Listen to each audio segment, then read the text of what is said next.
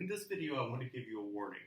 I want to show you a common mistake that people make when they first learn about integrals involving logarithms. So here's a common mistake. I'm calling this a non-example. You are not going to do things this way. Folks will see this, the integral of 1 over square root of x dx, and think, that looks like 1 over u. So the answer is natural log square root of x plus c. Let's look at why that is incorrect. That is not the correct answer. What that person is doing in his or her mind is trying to make the u substitution u equals the square root of x work. In other words, u equals x to the 1/2 power. But when you make a u substitution, you don't just substitute in u, you have to substitute in du as well. And what would du equal?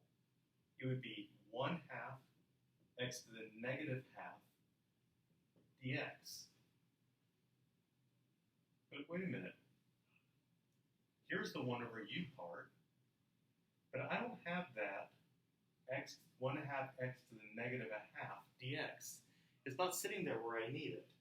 Now, I'm not worried about the 1/2 because then I can always multiply and divide by 2. But I don't have this factor of x to the negative 1/2 sitting there. So this really doesn't follow that 1 over u du pattern. Let me show you the right way of doing this. So now we'll call this an honest-to-God example. If you want to find the integral of 1 over square root of square root of x dx, you're going to rewrite this as x to the negative 1/2 dx. And notice that you can use the power rule. This isn't the power of -1, where you have a logarithmic integral. This is n equals negative 1/2. So you add 1 to the exponent, getting 1/2, multiplied by the reciprocal of the new exponent, plus c.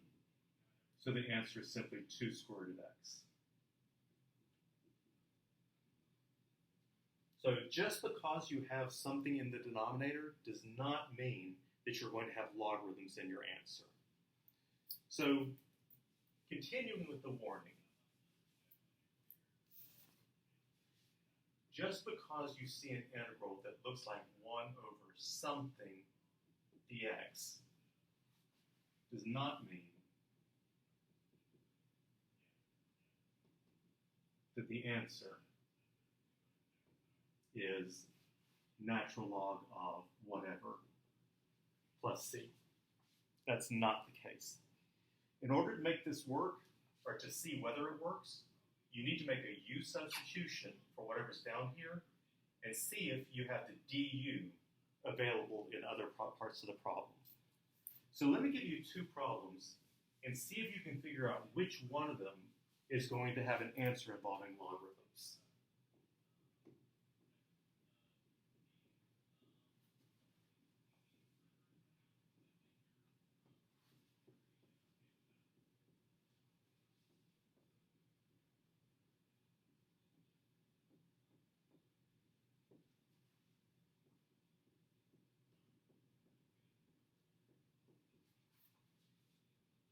The first problem is the integral of 1 over x squared plus 1 dx.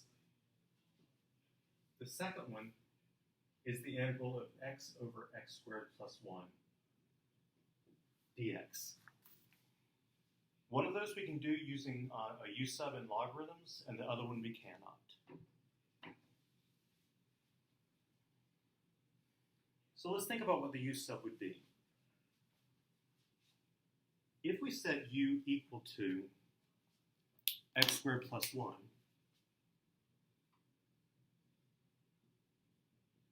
then du is 2x dx.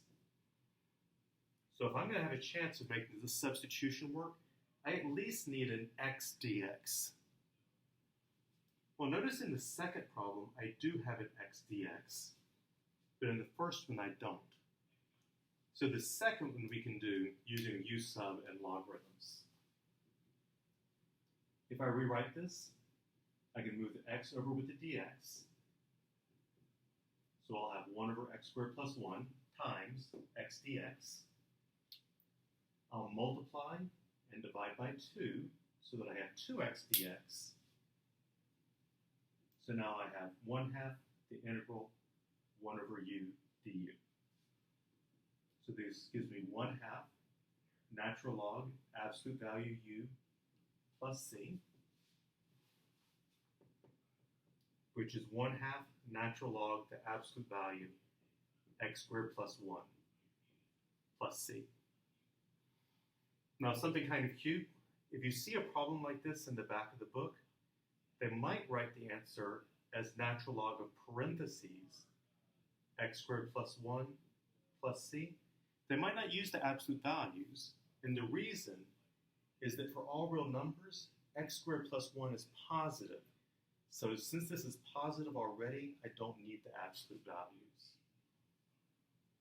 It's kind of sneaky. I would take the answer either way. In the back of the book, quite likely you'd see it with parentheses rather than with absolute values. Now, as far as this first one, you're going to have to wait until Calculus 2 for that one. We're not going to learn how to do this problem this semester.